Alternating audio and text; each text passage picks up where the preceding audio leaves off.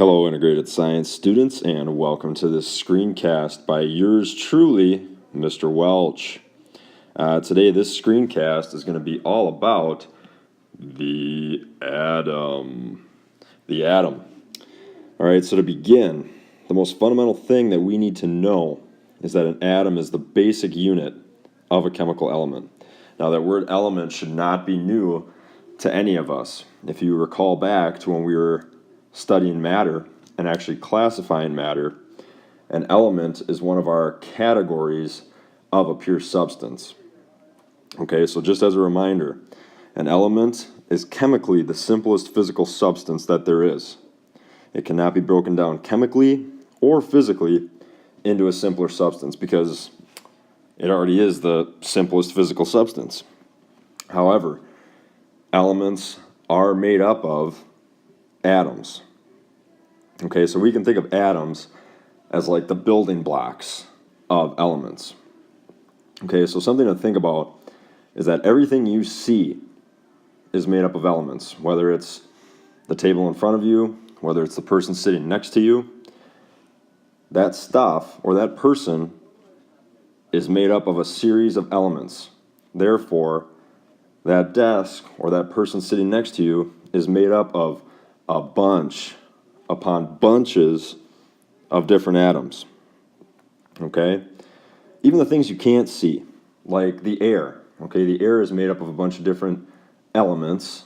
Okay, they're gases, but they're made of a bunch of different elements. So the air is made up of a bunch of different atoms.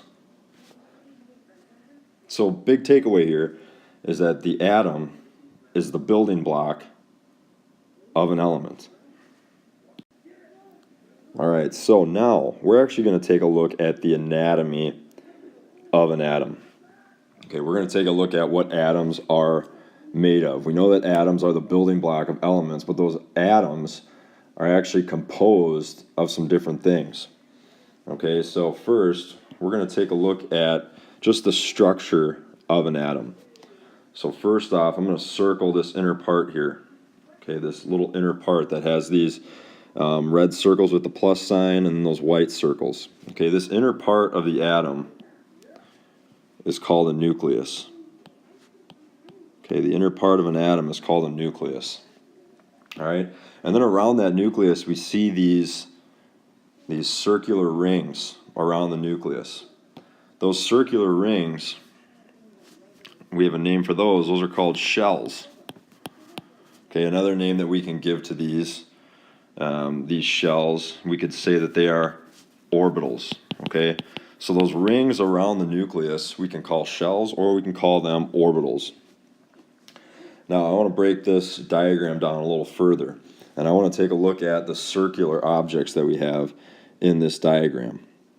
So these red circles with the plus signs, what we call those protons. Okay, we call those protons. The white circles inside the nucleus, those are called neutrons. And then finally, the other circular shape that we see are the green circles with the negative sign, and these are called electrons. Okay, these are called electrons. Now, we need to know what protons, neutrons, and electrons are. Okay, we need to know what these things are. So, first, we're going to start out with the things in our nucleus. So we're going to start out with protons. All right? We know from that diagram that protons are located in the nucleus.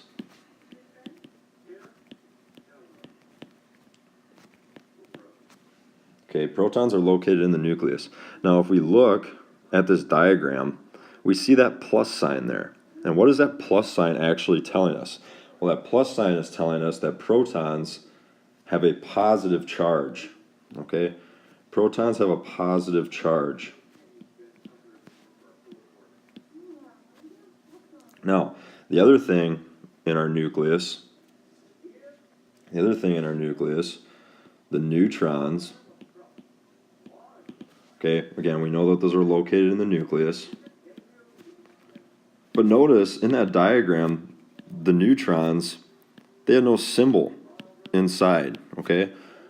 Up here, these white circles, they didn't have a charge on the inside. They didn't have a symbol. So neutrons actually have no charge. Okay, there's no charge on a neutron. All right, and finally, the things outside the nucleus, on those shells or those orbitals, the electrons, okay, they're located outside the nucleus. Okay, located outside the nucleus. And notice that the electrons, okay, right here is an example. There was actually a minus sign in there, or a negative sign. So electrons have a negative charge, okay? Electrons have a negative charge. All right, so there's the basic anatomy of an atom. You have the nucleus, the inner part of the atom. You have the shells or the orbitals that surround the nucleus. And then inside of our nucleus, we have protons and we have neutrons. Outside of the nucleus, located on those shells, are our electrons. All right, so now that we have a basic understanding of what an atom is made up of, okay, it's made up of those protons, neutrons, and electrons. We call those subatomic particles. We need to know what subatomic particles do in terms of atom identity. Okay, what do those subatomic particles mean for the structure of that atom and what that atom actually is? Okay, so to begin, the number of protons in an atom determines the type of atom that it is. Okay, not only do the number of protons determine the type of atom, but the number of protons also determine what element, okay, it determines what element that atom actually makes up.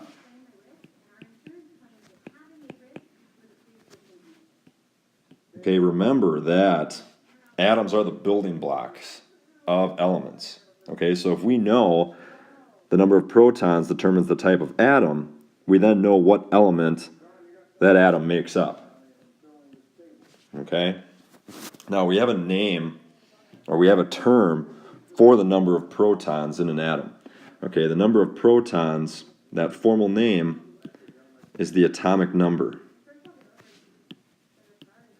Okay, so the number of protons in an atom, that is the atomic number. Okay, and we usually use the atomic number to determine what element that atom is making up. All right, the next thing that we need to talk about, so we just talked about atomic number. Now we need to talk about this thing called atomic mass, or the mass number of an element. All right, now the atomic mass is the number of protons and neutrons in an atom. All right, so the number of protons and neutrons in an atom. Now it's really important to note that the number of neutrons in an atom has no bearing or no effect on what type of atom it is. Okay, the number of neutrons simply determines what the mass number is, along with the number of protons. Okay, so make sure that you know the distinction between this atomic mass or mass number and the atomic number. Okay, the atomic number is just the number of protons. The atomic mass is the number of protons and the number of neutrons in an atom. All right, the last thing we need to talk about is this thing here called the net charge. Now, the net charge is determined by the number of protons and the number of neutrons. Sorry, number of electrons in an atom. Okay, now remember back to the last slide. We saw those protons and electrons in that diagram of the atom. The protons had a positive charge. The electrons had a negative charge. So really, when we're taking a look at the net charge, we're not so much looking at the number of protons and the number of electrons, but we're looking at the total charge based on the number of protons and the number of electrons. Okay, so I think a better way to describe the net charge is the total charge of an atom. Okay, so the net charge is the total charge of an atom, and it is the total charge of the number of protons and the number of electrons added together. Okay, so let's just work a simple example to have this make a little bit more sense. Let's say that I had an atom that had 18 protons. Okay, this P with the plus sign here, that's the symbol for protons. So this atom has 18 protons. And let's say that this atom has 19 electrons. Okay, this E with the negative, that's our symbol for electrons. So we need to figure out what the total charge is based on these 18 protons. Well, if we have 18 positives, that's going to give us a charge of plus 18 based on those number of protons. Okay, and now we need to add to that 18, we need to add the total charge based on this number of electrons. Okay, so we have 19 negative charges there. So we're going to be adding negative 19 to that positive 18. Now, if we just do some simple math there, okay, we have positive 18 plus a negative 19, we're going to get a net charge or a total charge of negative 1. Okay, so 18 of those positive charges negate 18 of those negatives, but we have one negative charge left over. All right, so now that we understand what an atom is, we understand what an atom is made of, and we understand what those subatomic particles, the neutrons, the protons, and the electrons, do in terms of atom identity, now we need to practice. Okay, we're gonna take a look at this nitrogen atom here, and we're gonna figure out what the atomic number is. We're gonna figure out what the mass number is, and we're also gonna figure out what the net charge is. Okay, all those things we just talked about in the last slide. So first, we're gonna start out with our atomic number. Okay, we're going to start out with our atomic number. Now remember that our atomic number is equal to the number of protons. That establishes the identity of the atom. So we just need to take a look in our nucleus here, and we need to see how many protons we have. So let's start counting. 1, 2, 3, 4, 5, 6, 7. We have 7 protons. That is the number of protons that we have. So that is equal to our atomic number. So our atomic number for this nitrogen atom is 7. Okay? Now the next thing that we talked about in the previous slide was the mass number. Okay? Remember the mass number, okay, or the atomic mass is the number of protons and neutrons added together.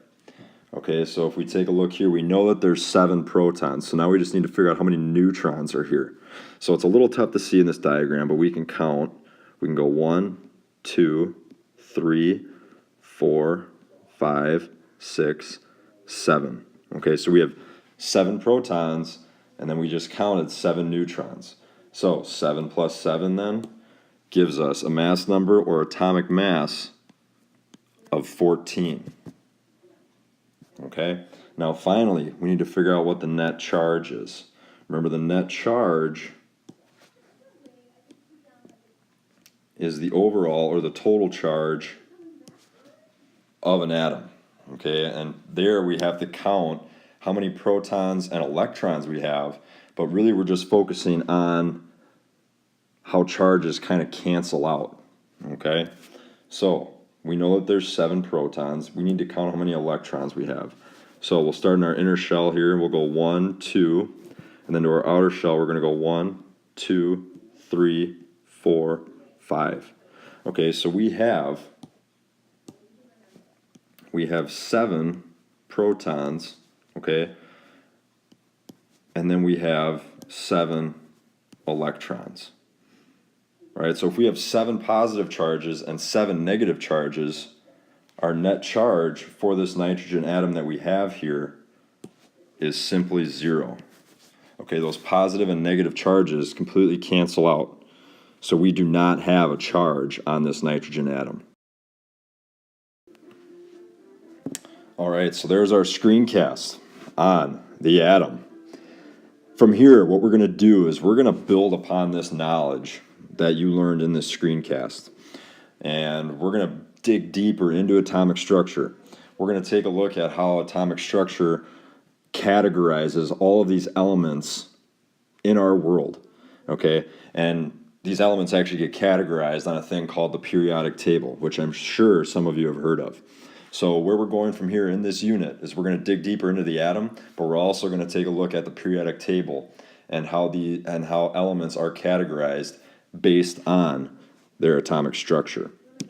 So I hope you took good notes, integrated science students, and take care.